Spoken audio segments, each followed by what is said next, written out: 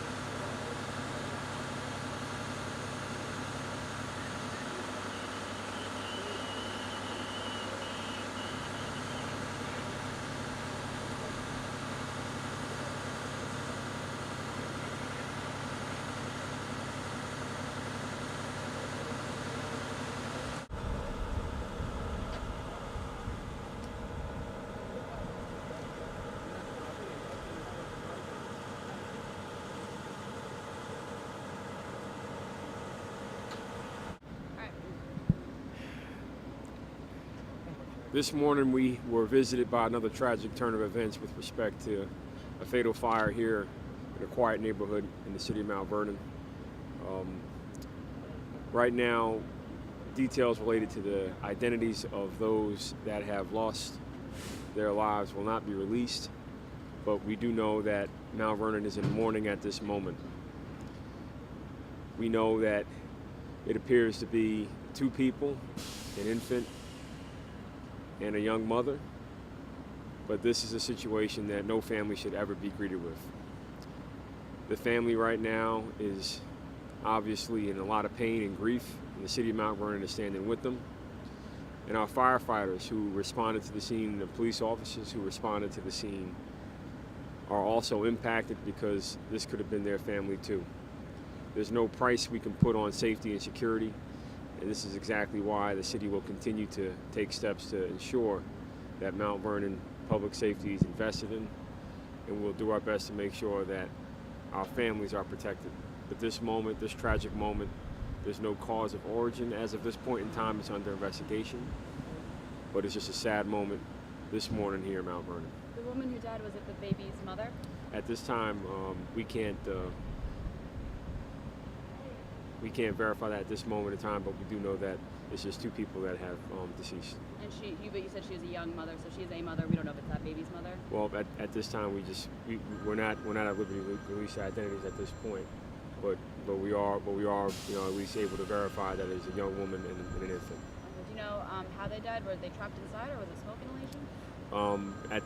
At this point in time, the cause of the death is not specified, but it's under investigation. How many people live there? At this point, I believe there are approximately 11 people living there. It's one big family. One big family. And in terms of the sequence, I'm going to turn to Chief Al Everett of the Mount Vernon Fire Department to provide some information. And what's your name, sir? Chief Al Everett, Mount Vernon Fire Department. Spell your first and last name, please.